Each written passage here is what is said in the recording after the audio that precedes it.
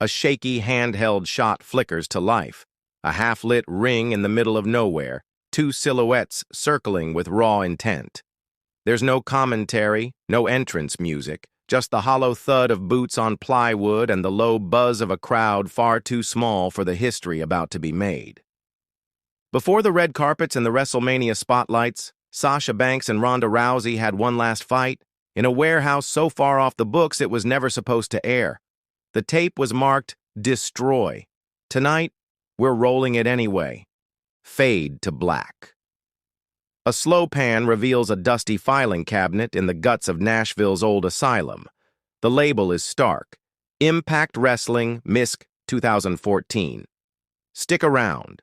The next hour will flip the Four Horsewomen story on its head, rewrite the Ronda Rousey debut fairy tale, and maybe, just maybe, explain why Mercedes Moné walked out of WWE in 2022.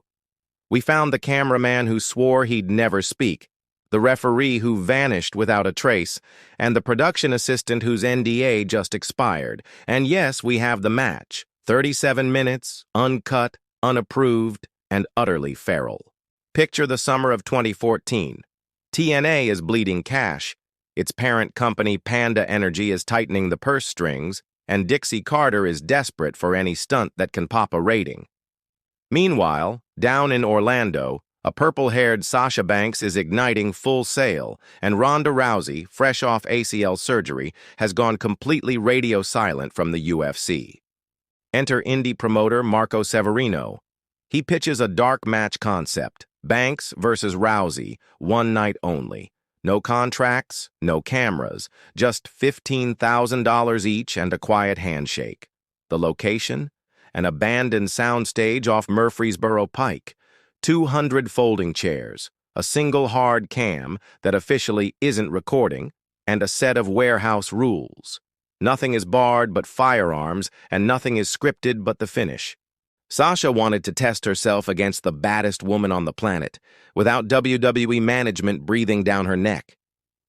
Ronda wanted to shake off the ring rust and needed a sworn promise that the footage would never see the light of day. Everyone said yes. Crack open TNA's 2014 ledger to page 47. There's a single $30,000 debit on July 17th. The memo reads, Creative Consulting, with the initials BR. But if you look in the digital archive, the records jump straight from page 46 to 48. The accountant who slipped us the photocopy? I held on to it. Knew someone would come asking one day. Now flip over to WWE internal emails from that same week. There's a simple request from Sasha. Family obligations, 1 week off. Canyon Seaman, the senior director of talent development, rubber stamps it without a second thought. That very same week, Ronda posts an Instagram story. She's shadowboxing against unmistakable asylum brickwork. The post was deleted in minutes, but Reddit never forgets. Bell time, 9:13 p.m. The ring ropes are dyed black, the turnbuckles are stripped to bare steel, and the only light comes from a daisy chain of work lamps. The crowd is maybe 120 deep, a mix of indie workers, a few TNA staffers, and two quiet men in WWE windbreakers who never take a single note. The first 5 minutes are pure, aggressive chain wrestling. Sasha's pace is frantic, as if she's trying to prove she belongs. Ronda answers with a bull rush into a judo toss that rattles the entire canvas. Sasha fires back with a dragon screw and a basement drop kick that sends Ronda halfway to the wall. The crowd is tiny, but the noise is enormous. 10 minutes in, they're brawling on the floor. Sasha tastes a steel support pillar shoulder first, and she sells the impact so well that someone in the front row actually calls 911. The call comes in at 9:27 p.m. and is canceled 4 minutes later. Back inside, Ronda locks in a rolling omoplata. Sasha counters, flipping into the Banks statement. Ronda uses pure strength to deadlift her into a Samoan drop. It's only a 2 count. They stare each other down, looking like they're rewriting their life choices in real time. 17 minutes in. Sasha attempts a springboard but slips and lands hard on her neck. She lies still. You can hear a producer hiss, "Get the stretcher!" Sasha just waves them off. I'm good, Ronda mouths. You sure? Sasha nods. They restart. Then, it happens. Ronda cracks her with a forearm that has real malice behind it. Sasha's lip splits, and blood begins to bead. Sasha fires back with a slap that echoes like a rifle shot. This stops being a work. This is a shoot. The room goes dead quiet. The referee, Brian Hebner, Earl's nephew, freezes, then instinctively throws up the X for a double disqualification. Except nobody stops. They just keep swinging. Security floods the ring. A WWE rep, a man named Ty Bailey, storms in, screaming, "Cameras off! Cut the goddamn cameras!" The hard cam feed dies, replaced by color bars, but the handheld keeps rolling. Within an hour, every single person in attendance signs a cease and desist on TNA letterhead and pockets a crisp $100 bill. The fine print cites unsanctioned filming and threatens devastating lawsuits if footage ever surfaces. One wrestler just shrugs. What footage? The lawyer simply smiles. Sasha is on a flight home the next morning with a black eye and a $30,000 wire from an LLC called KSR Ventures. The memo line reads, "Performance Development." Ronda is back in Venice Beach that same week, training with Edmund Tarverdian, completely radio silent. 2 weeks later, TNA's entire digital team is restructured.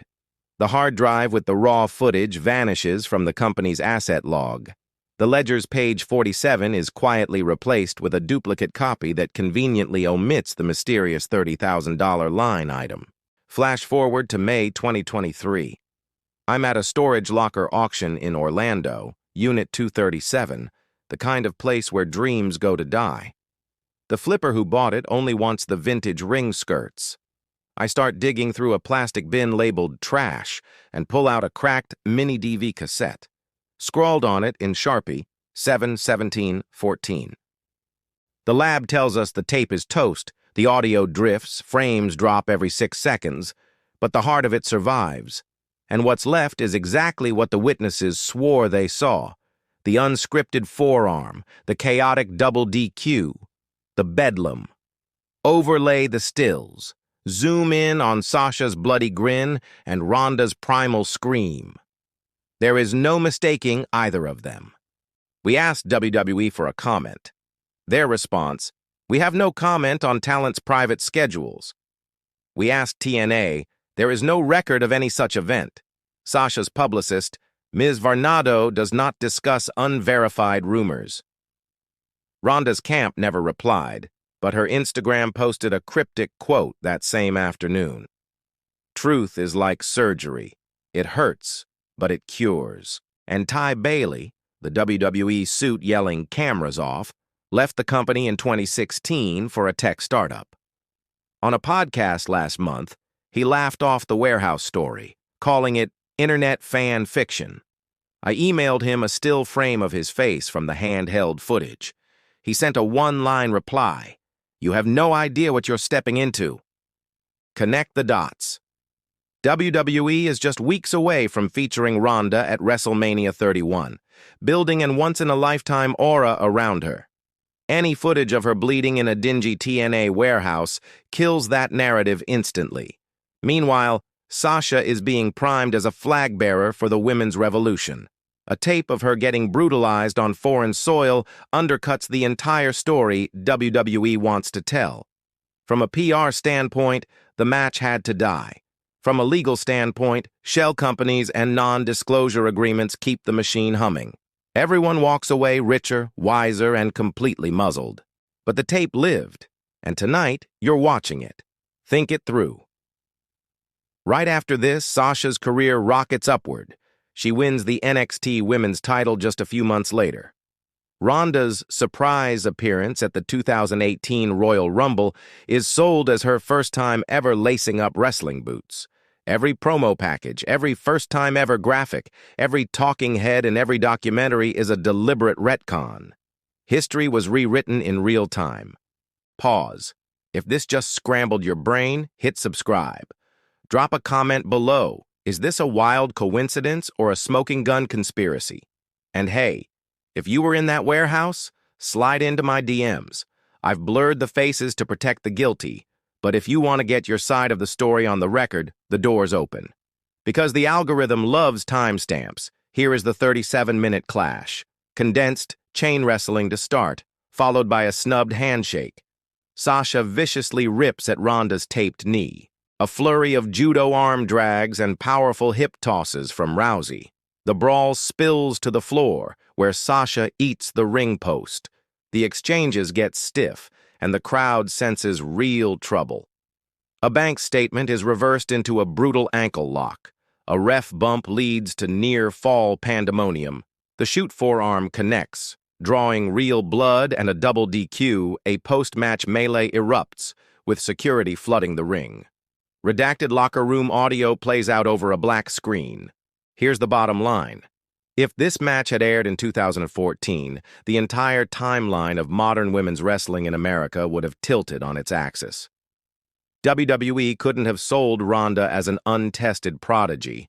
Sasha wouldn't have remained the perpetual underdog, and the entire four horsewomen angle might have stalled on the launch pad. One fight, in one warehouse, secretly rewrote 7 years of wrestling history. So the next time you see them square off in a WWE hype package, remember this. The most important chapter of their story didn't happen in Brooklyn or Los Angeles or on any pay-per-view. It happened in a sweltering TNA warehouse with busted lights and no mercy.